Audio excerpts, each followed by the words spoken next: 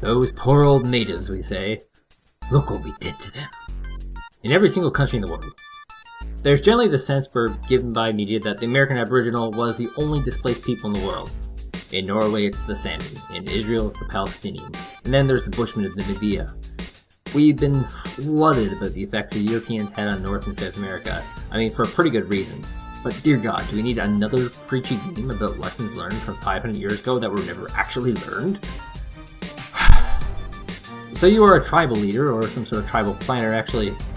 I'm not even sure what you are. You sort of just plop down tribe members, so I guess you're kind of a god. Your job is to give your people jobs in defense of the kingdom. But unlike the desperate people, your people are actually capitalists and want gold coins. So you need to get enough coins in order to hire people to defend the kingdom. Luckily, the Spanish conquistadors happen to have lots of coins that you can steal from them by killing them. Maybe this is how the Aztec Emperor really fell. Maybe their revenues were just so poor they couldn't afford to employ their own people to stop themselves from being conquered. The game is set up as a tower defense game.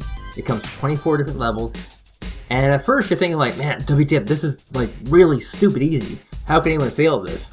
And then 9 levels later you are screaming at how unfair that level happens to be. Despite its cartoony appearance, it presents a very, very difficult challenge as far as tower defense games go. My only issue with the game might be that it's just a tower defense game. There's no real reason to choose this game over the other 9 million of them on the market. It's like going to the grocery store and choosing which Sodoku book you want to buy. I mean, to me, they're all the same.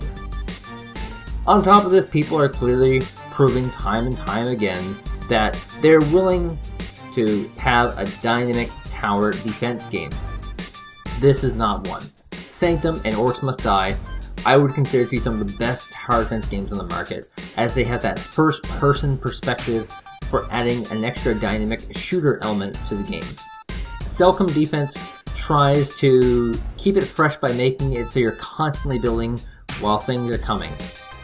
There are waves, but a lot of the time it just feels like one giant continuous wave. This game gives me a very mixed reaction. It's not particularly bad, but it's also not particularly good. If you're just looking for another tower defense game to dig your teeth into, you'll have fun with this one. But if you're looking for the first tower defense game to play, there are far better alternatives out there.